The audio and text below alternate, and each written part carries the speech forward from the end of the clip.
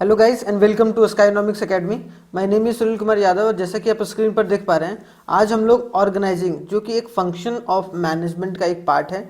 अगर देखा जाए तो there are 5 functions of management होता है: प्लानिंग, ऑर्गेनाइजिंग, स्टाफिंग, डायरेक्टिंग और कंट्रोलिंग, है कि नहीं।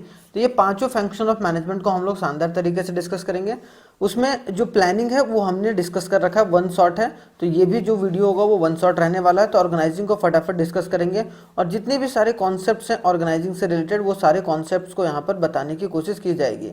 इससे जो कॉन्सेप्ट होता है खास करके ये तीनों चैप्टर से, चाहे वो आप सीबीएसई के बच्चे हो चाहे फिर आप आईएससी के बच्चे हो, केस बेस्ड स्टडीज क्वेश्चन ज़्यादातर जो होगा वो आप लोगों का यहीं से बनेगा। ठीक है, मतलब क्या, करीबन करीबन 30 नंबर का क्वेश्चन जो होगा, 30 मार्क्स का जो क्वेश्चन होगा वो आप लोगों को यहाँ से पूछा जाएगा। तो आप लोग थोड़ा शानदार तरीके से देखिएगा ताकि आप लोग एक तरीके से सब चीज़ जान पाएँ। ठीक है, तो चलिए स्टार्ट करते हैं ऑर्गेनाइजिंग। तो ऑर्गेनाइजिंग का मतलब क्या है कि आखिरकार देखा जाए तो प्लानिंग हमने कर लिया कि मान लो कि हम कोई अगर ऑर्गेनाइजेशन खोल रहे हैं या फिर कोई बिजनेस खोल रहे हैं तो उसमें सबसे पहली बार कि आप लोगों को प्लानिंग करनी होगी। उसके बाद आप किन किन चीज़ों को किस तरीके से सजाना चाहते हैं, किस तरीके से रखना चाहते हैं पूरे, या फिर किस तरीके से आप काम करना चाहते हैं, उन सारे डिपार्टमेंट, कितने डिपार्टमेंट में आप सारी चीज़ों को बांटना चाहते हैं, वो डिपार्टमेंट और अथॉरिटी असाइन करेंगे। मतलब क्या, कौन सा डिपार्टमेंट क्या काम करेगा और किस तरीके से काम करेगा, और इसका जो रिपोर्ट होगा वो हायर लेवल ऑफ मैनेजमेंट को, जैसा कि आप लोग जानते हैं कि 3 लेवल ऑफ मैनेजमेंट होता है: हायर लेवल ऑफ मैनेजमेंट, एक होता है मिडिल लेवल मैनेजमेंट और एक होता है लोअर लेवल मैनेजमेंट। तो ये तीनों लेवल का जो मैनेजमेंट है वो सही तरीके से वर्क कैसे करेगा उसके रिस्पेक्टिव में काम करेंगे। ठीक है, और ये हमारा वेबसाइट है, वेबसाइट पर भी आप लोग जा सकते हैं, यहाँ पर भी आप लोगों को नोट्स वगैरह मिल जाता है। ठीक है, या फिर व्हाट्सअप कर दीजिए, या फिर व्हाट्सअप चैनल आप लोग ज्वाइन कर सकते हैं, वहाँ पर रेगुलर अपडेट्स जो होता है वो आता है रहता है। ठीक है, चलिए स्टार्ट करते हैं हम लोग पहले कॉन्सेप्ट से कि ऑर्गेनाइजिंग होता क्या है। What is organising in the management, कि मैनेजमेंट में ऑर्गेनाइजिंग का काम क्या है। ऑर्गेनाइजिंग का मतलब क्या है कि ये एक प्रोसेस है जो कि एक सीरीज ऑफ स्टेप को आइडेंटिफाई करता है। इस सीरीज ऑफ स्टेप एक स्टेप है जो कि आइडेंटिफाई करता है वेरियस ग्रुप ऑफ एक्टिविटी, कि आप कितने ग्रुप ऑफ एक्टिविटीज में पूरे काम को बांटने वाले हैं। जैसे कि बोला जाए कि अगर आप पढ़ाई कर रहे हैं, ठीक है, आप पढ़ाई कर रहे हैं तो आप मान लो कि आपके पास 4 सब्जेक्ट है, एक बिजनेस स्टडीज़ है, एक आपके पास इकोनॉमिक्स है, एक मान लो कि कॉमर्स है, और एक है मान लो कि आपका अकाउंट्स है। तो आप किस तरीके से कितना टाइम आप इसमें ऑर्गेनाइज करेंगे कि अलग अलग सब्जेक्ट्स में, ताकि आपका जो काम है वो एफिशिएंट तरीके से हो सके और आपका गोल को अचीव किया जा सके। सेम उसी तरीके से जो ऑर्गेनाइजिंग है वो एक तरीके का स्टेप्स है, आइडेंटिफाई करता है बहुत सारे कितने एक्टिविटीज़ की ज़रूरत है, कलेक्ट करता है वेरियस रिसोर्सेज को कि कौन कौन से कितने लोगों की ज़रूरत है, और उन लोगों को अथॉरिटी क्या दिया जाए, अथॉरिटी विथ रिस्पॉन्सिबिलिटी की, और क्या काम दिया जाए और उनकी क्या रिस्पॉन्सिबिलिटी होगी जो भी जिस भी पोजीशन में उनको रखा जाएगा। तो एक तरीके से सिंपल सी बात है कि ह्यूमन रिसोर्स को ऑर्गेनाइज करने के बारे में बात किया जा रहा है। ठीक है, ह्यूमन रिसोर्स, जितने भी ह्यूमन रिसोर्स रहेंगे, जैसे कि आप अलग अलग डिपार्टमेंट में डिपार्टमेंटलाइजेशन करते हो ना, कि जैसे मान लो कि सेल्स टीम का अलग डिपार्टमेंट होगा और जो मार्केटिंग टीम का अलग डिपार्टमेंट होगा, अकाउंट्स टीम का अलग डिपार्टमेंट होगा, तो इसी तरीके से या अकाउंटिंग टीम का अलग डिपार्टमेंट होगा जो अकाउंट्स को संभालेगा। तो एक तरीके से आप इनमें किसको आप अथॉरिटी दे रहे हो कि आप इसमें कौन हेड होगा भाई, और रिस्पॉन्सिबल क्या होगा, मतलब रिस्पॉन्सिबल कौन होगा और किस तरीके से होगा, उसके बारे में आप यहाँ पर एक रिलेशनशिप इस्टेब्लिश करने के बारे में सोचते हैं। It is a process of identifying the activities to be perform, कौन कौन से एक्टिविटीज परफॉर्म किए जाएंगे, यूनिट ऑफ वर्क क्या होगा, असेंबल टास्क को किस तरीके से इकट्ठा किया जाएगा वेरियस जॉब पोजीशन के लिए, और उसके रूल्स क्या होंगे, ठीक है, अथॉरिटी क्या होगा, रिस्पॉन्सिबिलिटी क्या होगा, और उनके बीच में जो रिलेशन होगा वो किस तरीके से स्टैब्लिश हो सकता है। मतलब सिंपल सी बात है कि चीज़ों को ऑर्गेनाइज करना, सही जगह पर सही जो है लोगों को एक तरीके से रखना ही ऑर्गेनाइजेशन का या ऑर्गेनाइजिंग का काम है, जो कि एक सेकेंड फंक्शन ऑफ मैनेजमेंट है। इम्पॉर्टेंस क्यों है जो कि ऑर्गेनाइजिंग का इंपॉर्टेंस है वो इतना बढ़ जाता है। अगर इंपॉर्टेंस देखा जाए, सबसे पहले बेनिफिट ऑफ स्पेशलाइजेशन। अब मान लो कि कोई अगर चार्टर्ड अकाउंटेंट किया हुआ है तो हम लोग उसको अकाउंट्स के डिपार्टमेंट में रखेंगे, है कि नहीं। अब उसको ऐसा नहीं करेंगे कि हम लोग उसको एडवर्टाइजिंग टीम के डिपार्टमेंट में रख दिए हैं। क्यों? क्योंकि एडवर्टाइजिंग टीम के डिपार्टमेंट में जो एडवर्टाइजिंग में एक्सपर्ट होगा उसको हम लोग रखेंगे। तो ये हम लोगों को यहाँ पर बेनिफिट मिलता है स्पेशलाइजेशन का। क्लैरिटी ऑफ वर्क रिलेशन रहता है कि नहीं, कि किस तरीके का काम एक बंदा दूसरे बंदे के साथ किस तरीके से काम करेगा, या एक डिपार्टमेंट दूसरे डिपार्टमेंट के साथ किस तरीके से काम करेगा, कैसे अपने चीज़ों को है शेयर करेगा उसके बारे में, या फिर कोऑर्डिनेट करके कैसे चलेगा। ठीक है, क्लैरिटी रहता है। तीसरा जो है ऑप्टिमम यूटिलाइजेशन। अगर आप सही तरीके से चीज़ों को ऑर्गेनाइज, नहीं बोलते हैं कि अगर आप आप रूम के अंदर जाओ, अपना अपना रूम जो प्रॉपर ऑर्गेनाइज करके रखो ताकि आप चीज़ों को सही जगह पर सही समय पर पा पाओ। ठीक है, तो एक तरीके से ऑर्गेनाइजिंग एक इम्पॉर्टेंट है जिसमें ह्यूमन और जो मटेरियल रिसोर्स है वो सही तरीके से इस्तेमाल हो सके और उनकी बर्बादी ना हो सके।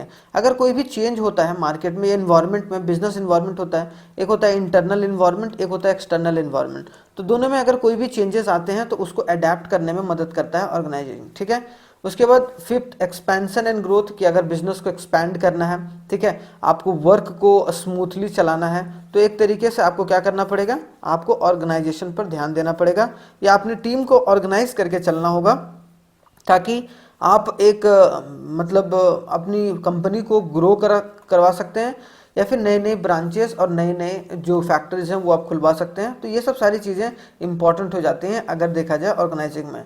डेवलपमेंट ऑफ पर्सोनल्स, और इससे क्या होता है कि जो पर्सोनल्स होते हैं, अगर मान लो किसी को आप अथॉरिटी देते हो कि भाई तुम ये काम करो, ये प्रोजेक्ट को पूरा करो, ठीक है, या फिर रिस्पॉन्सिबिलिटी देते हो, तो कहीं ना कहीं उसको अपनापन का फीलिंग होता है और वो अपने आप को एक तरीके से डेवलप होता हुआ पा सकता है। मतलब वो एक चांस रहता है कि जो इंडिविजुअल रहता है वो अपने आप को डेवलप कर पाए। तो ये ऑर्गेनाइजिंग का एक तरीके का इंपॉर्टेंस है। अब यहाँ पर ऑर्गेनाइजिंग का प्रोसेस है, प्रोसेस बहुत इंपॉर्टेंट है भाई। जिस तरीके से प्लानिंग का प्रोसेस इंपॉर्टेंट था उसी तरीके से यहाँ पर ऑर्गेनाइजिंग का भी प्लान या फिर जो प्रोसेस है वो इंपॉर्टेंट है, जो कि स्टेप्स के रूप में यहाँ पर बताया गया है। तो पहला जो प्रोसेस है या फिर स्टेप है ऑर्गेनाइजिंग प्रोसेस का, पहला क्या है कि पहले आप क्या करो कि आइडेंटिफाई करो और डिवीजन ऑफ वर्क, आप कितने अलग अलग डिपार्टमेंट में चीज़ों को बांटना चाह रहे हो। ठीक है, मतलब आपने आइडेंटिफाई कर लिया कि भाई हम पूरे जितने भी काम है हमारे फैक्ट्री में या फिर हमारे बिजनेस में, उसको हम लोग 10 डिपार्टमेंट में बांटेंगे। ठीक है, 10 डिपार्टमेंट तो आपने आइडेंटिफाई कर लिया। अब 10 डिपार्टमेंट में किस तरीके से, मतलब जो सेल्स टीम का डिपार्टमेंट होगा उसके अंदर कितने बंदे होंगे, ठीक है, मार्केटिंग टीम के डिपार्टमेंट में कितने बंदे होंगे, ठीक है, उसके बाद अगर देखा जाए कि अकाउंट्स टीम के डिपार्टमेंट में कितने बंदे होंगे, जो रीजनल ऑफिस होगा उसमें कितने बंदे होंगे, ठीक है, रीजनल जो डिपार्टमेंट देखेगा, ठीक है, जो रीजन बाय रीजन की कहाँ कहाँ हमारे ब्रांचेज हैं, वो सब सारी चीज़ें। तो ये सेकेंड स्टेप हो जाएगा। ठीक है, आपने यहाँ पर डिपार्टमेंटलाइजेशन कर दिया। उसके बाद आप अथॉरिटी दोगे कि भाई सेल्स टीम जो सेल्स टीम का या सेल्स डिपार्टमेंट का हेड करेगा वो कौन करेगा, उसकी अथॉरिटी कौन लेगा। ठीक है, ठीक है, इसका मतलब क्या हो गया कि आपने असाइन कर दी ड्यूटी, कि ड्यूटी डाल दी कि भाई ये बंदा जो है, ये बंदा वो सेल्स टीम को डिपार्टमेंट को देखेगा, जो ये बंदा है वो देखेगा एडवर्टाइजिंग टीम के डिपार्टमेंट को देखेगा, जो ये तीसरा बंदा है वो देखेगा अकाउंट्स टीम के डिपार्टमेंट को। तो एक तरीके से हम लोगों ने क्या कर दिया, असाइन कर दिया ड्यूटी। उसके बाद रिपोर्टिंग, कि आखिरकार जो ड्यूटी दिया गया है उसको हायर लेवल ऑफ मैनेजमेंट को कौन रिपोर्ट करेगा। ठीक है, कि कौन कौन सा हायर लेवल ऑफ डिपार्टमेंट में रिपोर्टिंग रिलेशन को एस्टैब्लिश करना। अगर आप सही तरीके से रिपोर्टिंग रिलेशनशिप अगर एस्टैब्लिश कर देते हैं तो आपका बिजनेस सही तरीके से गोल को अचीव कर पाएगा। ठीक है, तो आई होप सो आपको स्टेप्स ऑफ ऑर्गेनाइजिंग जो प्रोसेस है वो आपको समझ में आ गया होगा। 4 स्टेप्स हैं, ज़्यादा स्टेप नहीं, प्लानिंग में तो ज़्यादा ही थे, इसमें तो कम ही है। ठीक है, तो आई होप सो ये चीज़ समझ में आ गया होगा। अब टाइप ऑफ ऑर्गेनाइजेशन स्ट्रक्चर क्या होता है, अगर बोला जाए कोई भी बिजनेस को अगर देखा जाए 2 तरीके का स्ट्रक्चर होता है कोई भी ऑर्गेनाइजेशन में, या तो वो डिविजनल स्ट्रक्चर के तौर पर काम कर रहा है या फिर वो फंक्शनल स्ट्रक्चर के रूप में। देखो 2 फंक्शन होता है, 2 ऑर्गेनाइजेशनल स्ट्रक्चर होता है, एक होता है फंक्शनल स्ट्रक्चर और एक होता है डिविजनल स्ट्रक्चर। क्या, डिविजनल के हिसाब से अगर डिविजनल स्ट्रक्चर, ठीक है, तो ये दोनों इंपॉर्टेंट है। we need the need for creating an organization structure arises when the business grow beyond a certain limit। Simple सी बात है, अगर मान लो कि कोई बिजनेस है, अगर एक बंदा चला रहा है, मतलब एक दुकान चला रहा है, मान लो कि दुकान चला रहा है, तो दुकान चलाने के लिए एक बंदे की जरूरत है उसको, तो एक बंदे ज़्यादा की जरूरत है ही नहीं, तब तक तो ठीक है। लेकिन अब मान लो कि आप 4 दुकानें एक तरीके से नए खोल रहे हो कोई भी पर्टिकुलर बिजनेस में, या 4 फैक्ट्री खोल रहे हो, तो आपको ज़्यादा लोगों की जरूरत होगी। अब ज़्यादा लोगों को जरूरत होगी तब एक तरीके से ऑर्गेनाइजेशन स्ट्रक्चर जो है वो रोल में प्ले आता है। मतलब एक सर्टेन लिमिट के बाद जो है अगर आप अपने बिजनेस को आगे बढ़ाना चाहते हैं तो आपको ऑर्गेनाइजेशन स्ट्रक्चर की जरूरत पड़ती है। तो क्या आखिरकार बेनिफिट क्या होता है, एडवांटेज क्या होता है, बेनिफिट क्या होता है बिजनेस स्ट्रक्चर का, तो बोला गया है यहाँ पर पहले कि इसमें आप अथॉरिटी दे सकते हैं, रिस्पॉन्सिबिलिटी, जैसे हमने बोला 4 दुकान आप खोल रहे हैं तो एक दुकान का अलग एक बंदे को रख दिए जो पूरा संभाल रहा है, ये अलग से 4 बंदे रख दिए जो चारों दुकान को संभाल रहा है, और ये सारा जो हिसाब किताब है वो लास्ट में किसको दे रहा है, मालिक को दे रहा है, मतलब जो हायर लेवल ऑफ मैनेजमेंट में जो ऊपर बैठा हुआ है। तो इसका मतलब क्या हो गया कि अथॉरिटी एंड रिस्पॉन्सिबिलिटी आप एलोकेट कर सकते हो, कम्युनिकेशन पैटर्न आप बना सकते हो कि किस तरीके से चीज़ें एक दूसरे के साथ शेयर किया जाए और कोऑर्डिनेशन साथ में मिलकर कैसे काम किया जाए। तभी आप एक बड़ा बिजनेस को क्रिएट कर सकते हैं। Facilitating a proper control over a operation of a business. कोई भी अगर ऑपरेशन या फिर कोई भी नया प्रोडक्ट आप लॉन्च कर रहे हो तो किस तरीके का ऑपरेशन चलाना है, किस तरीके का प्लानिंग जो है उसको ऑर्गेनाइज करके चलना है, तो उसके बारे में एक तरीके से आपको यहाँ पर बेनिफिट होता है अगर आप बिजनेस स्ट्रक्चर को अपनाते हैं। ठीक है। Facilitate the growth and development, की ग्रोथ, इससे ग्रोथ होती है, डेवलपमेंट होती है इंटरप्राइजेस की, मतलब जो बिजनेसेस की, उसमें ग्रोथ आपको देखने को मिलेगा।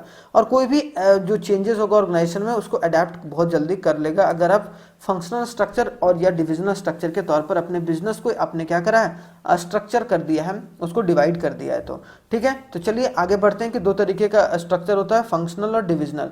सबसे पहले हम लोग पढ़ेंगे फंक्शनल स्ट्रक्चर क्या होता है। तो फंक्शनल स्ट्रक्चर क्या होता है भाई, फंक्शन देख रहे हो यहाँ पर क्या फंक्शन की क्या वो काम कर रहा है, तो it refers to an system of organising in a various activity classified in a several function.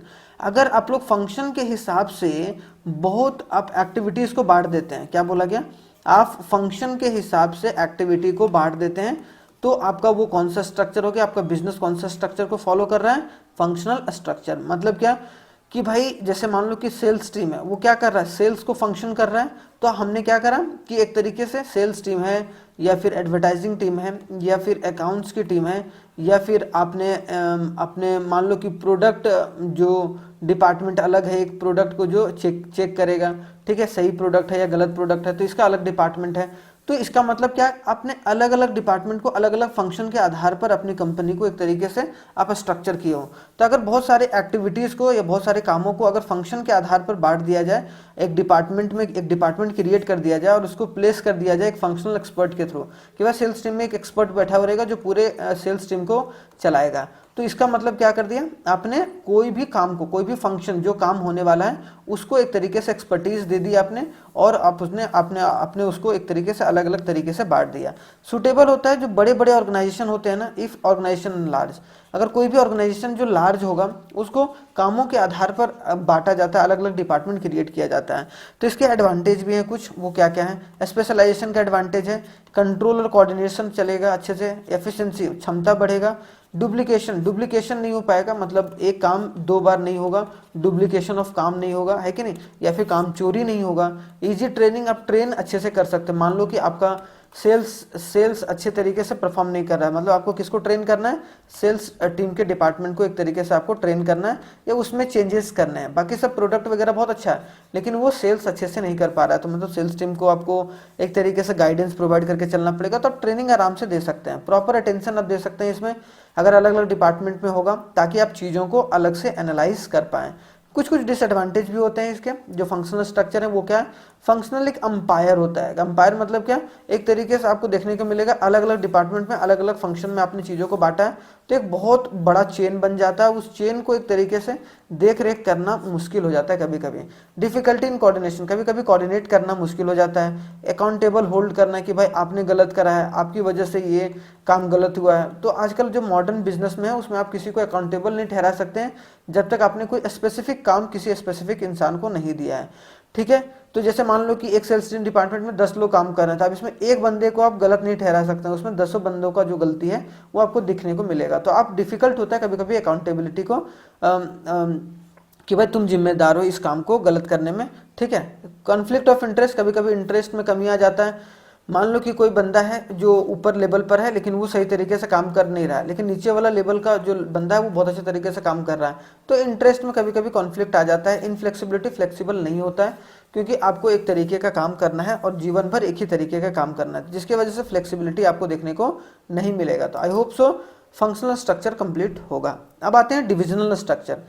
Divisional structure क्या है कि अगर when a jobs related to the one product are grouped, जैसे कि मान लो कि दो प्रोडक्ट बना रहा है, जैसे वुडलैंड है या फिर वुडलैंड को मान लो, वुडलैंड अब लेदर्स का शू बना रहा है, एक लेदर्स का शू बना रहा है और एक मान लो कि स्नीकर बना रहा है। ठीक है, स्नीकर बना रहा, तो इसका मतलब क्या कर दिया, स्नीकर भी बना रहा है या फिर कपड़े भी बना रहा है, क्लोथ भी बना रहा है, तो इसने प्रोडक्ट के हिसाब से अलग अलग डिपार्टमेंट को बांट दिया है। मतलब लेदर टीम का डिपार्टमेंट अलग होगा, स्नीकर टीम का मतलब स्नीकर बनाने वाले टीम का अलग डिपार्टमेंट होगा, क्लोथ को सारी चीज़ों को संभालने वाला, कपड़े कहाँ से आ रहे हैं जा रहे हैं उसके सेल्स को देखना, उसके सारी चीज़ों को देखना, वो अलग अलग है। मतलब अगर प्रोडक्ट के हिसाब से अगर हमने डिपार्टमेंट को इशू कर दिया तो हम लोग उसको क्या बोलेंगे, divisional structure. It uses when the large variety, ये तभी यूज किया जाता है जब आपका जैसे विशाल मेगा मार्ट वगैरह हो गया, ठीक है, तो उसमें भाई बच्चों का जो प्रोडक्ट है उसको एक डिपार्टमेंट देखेगा, जो मेंस वेयर है उसको एक डिपार्टमेंट देखेगा, चिल्ड्रन वाला एक डिपार्टमेंट में देखेगा, चाइल्ड वाला, फिर वो वुमेन वाला एक डिपार्टमेंट में देखेगा। तो हमने क्या कर दिया, 3 डिपार्टमेंट, और उसके अंदर अलग अलग एक तरीके का फंक्शनल डिपार्टमेंट को हमने बांट दिया है। तो it uses when the organisation grows and need more employment. अगर ऑर्गेनाइजेशन बढ़ता है और आपको बहुत ज़्यादा एम्प्लॉयज़ की ज़रूरत है, तभी आप प्रोडक्ट के हिसाब से जो है वो अपने बिजनेस को स्ट्रक्चर करते हो। और इसमें अलग अलग डिपार्टमेंट बनाया जाता है, न्यू लेवल ऑफ मैनेजमेंट इसमें इंट्रोड्यूस किया जाएगा, ताकि एक तरीके से अलग अलग डिवीजन में अलग अलग लोग काम कर सकें। इसमें प्रोडक्ट स्पेशलाइजेशन होता है सबसे इंपॉर्टेंट, अकाउंटेबिलिटी इसमें ज़्यादा रहता है, फ्लेक्सिबिलिटी भी रहता है, और एक्सपेंशन एंड ग्रोथ भी हो सकता है, ठीक है। डिपार्टमेंट की कॉन्फ्लिक्ट हो सकती है आपस में, कभी कभी कॉस्टली हो सकता है कि ये कॉस्टली क्योंकि आप अलग अलग प्रोडक्ट के हिसाब से डिपार्टमेंट को क्रिएट कर रहे हो। इग्नोर ऑर्गेनाइजेशन, और इसमें हो सकता है कि ऑर्गेनाइजेशन का इंटरेस्ट जो है वो एक तरीके से मिट सकता है। अब जैसे मान लो किसी का चाइल्ड टीम का डिपार्टमेंट दिया गया, तो वो चाइल्ड की चीज़ों पर ध्यान देगा, मेंस की चीज़ों पर ध्यान नहीं देगा, वुमेन्स की चीज़ों पर ध्यान नहीं देगा। तो कभी कभी होता है कि ऑर्गेनाइजेशन के इंटरेस्ट के लिए ना काम करे और वो सिर्फ एक तरीके से काम करता जा रहा है एम्प्लॉयज़। तो डिविजनल स्ट्रक्चर में थोड़ा सा कंट्रोल आपको सही तरीके से करके चलना पड़ता है। अब आते हैं हम लोग डिफरेंस बिटवीन फंक्शनल स्ट्रक्चर क्या होता है, डिविजनल स्ट्रक्चर क्या होता है, इंपॉर्टेंट है। तो आप देखिए फंक्शनल फंक्शनल स्ट्रक्चर होता है, अभी मैंने बताया अगर फंक्शन के आधार पर अगर हमने क्या कर दिया, अलग अलग डिपार्टमेंट में लोगों को बांट दिया है, सेल्स टीम डिपार्टमेंट हो गया, अकाउंट्स टीम डिपार्टमेंट हो गया, ये अलग अलग डिपार्टमेंट में बांट दिया है, तो वो फंक्शन के आधार पर फंक्शनल स्ट्रक्चर हो गया। डिविजनल स्ट्रक्चर क्या होगा, अगर हम डिपार्टमेंट या डिपार्टमेंटलाइजेशन कर रहे हैं अगर प्रोडक्ट के हिसाब से, कि मेरे पास बहुत ज़्यादा प्रोडक्ट है, प्रोडक्ट के हिसाब से हमने डिपार्टमेंट में बांट दिया है, तो उसको हम लोग क्या बोलेंगे, डिविजनल स्ट्रक्चर। तो मीनिंग क्या है भाई, functional refers to the grouping a job similar to the nature of one department. यहाँ फंक्शन क्या है कि एक फंक्शन का जो बंदा है, जैसे मान लो सेल्स टीम का है, सेल्स टीम का हमने 10 बंदों का ग्रुप अलग रखा है, तो हमने फंक्शन के आधार पर ग्रुप बनाया है, स्ट्रक्चर बनाया है। एडवर्टाइजिंग टीम का जो ग्रुप होगा वो अलग होगा, लेकिन यहाँ पर क्या refers to the grouping jobs related to the one product under one department. One product one department में काम करेगा तो वो डिविजनल स्ट्रक्चर के तौर पर कहलाएगा।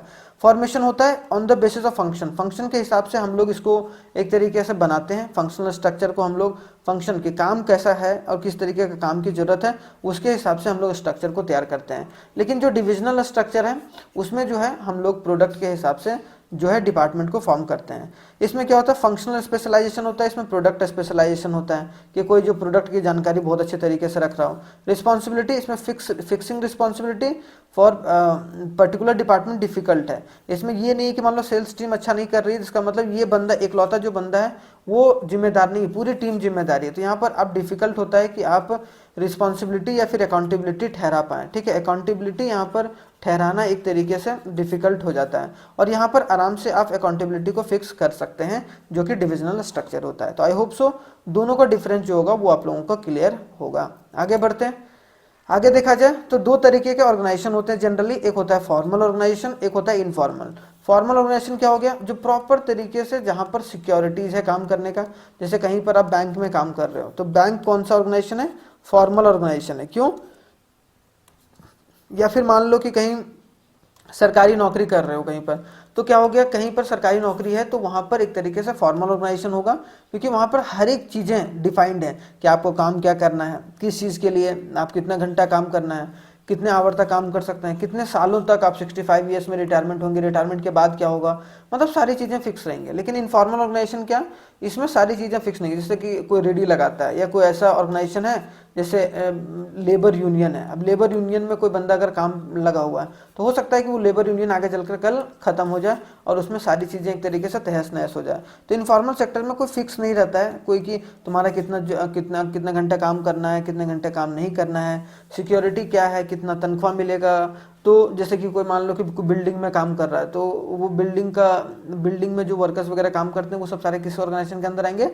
Informal organisation. क्यों? क्योंकि informal organisation refers to the network of social relation from which emerge from the formal rules. Formal rules जो होता है उसके वजह से जो है इमर्ज होता है, और एक सोशल रिलेशन है। जैसे अभी हम लोग बोलते हैं कि भाई बस ट्रक का यूनियन है, लेबर यूनियन है, तो वो सब अपने बनाया गया ताकि अपने ग्रुप ऑफ लोगों को बचाव किया जा सके।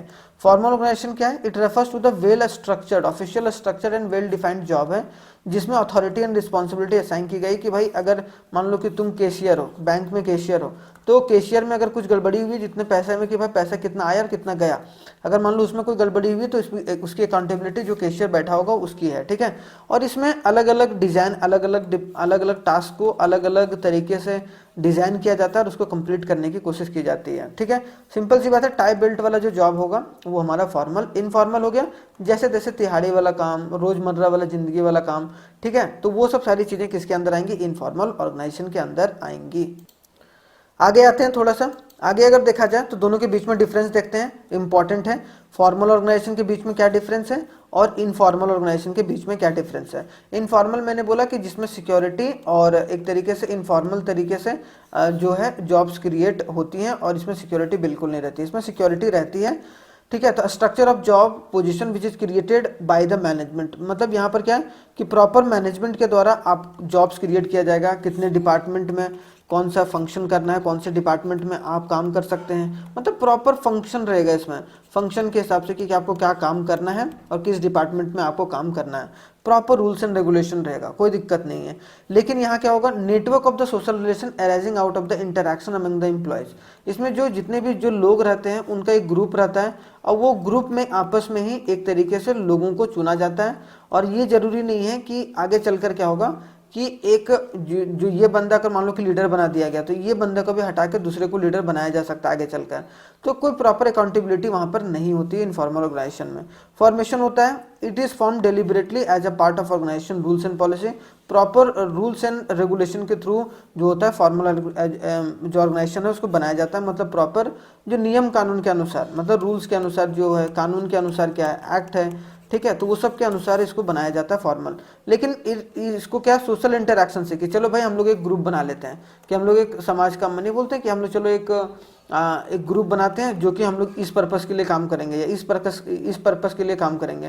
तो एक डिफाइंड पर्पस होता है, उसके हिसाब से लोगों का ग्रुप जो होता है वो एक तरीके का इनफॉर्मल ऑर्गेनाइजेशन, कि चलो भाई हम लोग 10 लेबर मिलकर एक बिल्डिंग का ठेका लेते हैं, तो ठेका लेके या फिर हमने वहाँ पर लिया, उस बिल्डिंग को बनाया, फिर हमने दूसरा ठेका लिया, हो सकता है कि उसके बीच में तुमको काम भी ना मिले। Authority arises by the virtue, authority जो रहता है वो एक तरीके से आपको पोजीशन संभालते ही आपको अथॉरिटी हो गई कि आप उस पोजीशन के मालिक हो, और उस पोजीशन में कुछ भी गड़बड़ी होती है तो वो आपकी जिम्मेदारी होगी। Authority arises out of personal quality, इसमें पर्सनल एक इंसान जो है वो उसमें कितना अच्छे तरीके से परफॉर्म कर रहा है उसके हिसाब से उसका जो रिलेशनशिप होता है वो स्टैब्लिश किया जाता है अथॉरिटी को, ठीक है।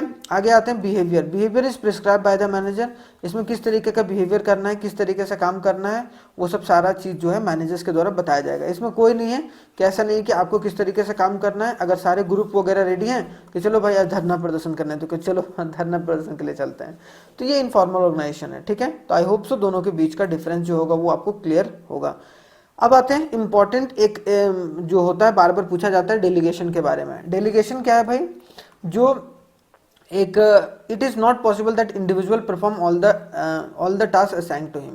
जैसे एक मैनेजर है, अब मैनेजर है वो सारा काम नहीं कर सकता है कि नहीं, अब सारा काम तो मैनेजर कर नहीं सकता है, तो वो काम को क्या करता है, अपने सब ऑर्डिनेट्स को, नीचे जो लोग बैठे हुए हैं उनको एक तरीके से डेलीगेट कर देता है, उन पर ट्रांसफर कर देता है। तो delegation of authority means division of authority position and a power flowing downwards to the subordinate. अगर किसी भी पर्टिकुलर चीज का जो डाउनवर्ड अगर जा रहा है पावर, ठीक है, डाउनवर्ड पावर मतलब क्या है कि इसको मान लो 5 प्रोजेक्ट मिला कि भाई आपको ये 5 प्रोजेक्ट पूरा करना है, 1 2 3 4 और एक 5, तो पांचों प्रोजेक्ट तो खुद मैनेजर कर नहीं सकता है, तो वो अपने नीचे सबऑर्डिनेट जो रहते हैं उनसे वो अलग अलग तरीके से काम करता है, उसको हम लोग डेलीगेशन बोलते हैं। मतलब डेलीगेशन का अगर सिंपल भाषा बोला जाए कि ग्रांटिंग करना अथॉरिटी टू द सबऑर्डिनेट, कि अथॉरिटी ग्रांट करना किसको, अपने सबऑर्डिनेट्स को, अपने नीचे वाले लोगों को, ताकि जो काम है वो समय सीमा पर कंप्लीट हो पाए, ठीक है।